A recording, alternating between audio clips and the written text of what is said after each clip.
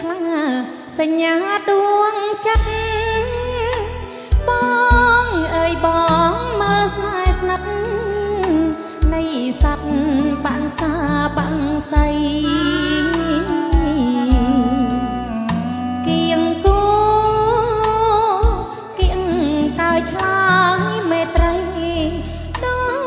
ចបងនឹងស្រីថ្លែងសេចក្តីស្នេហា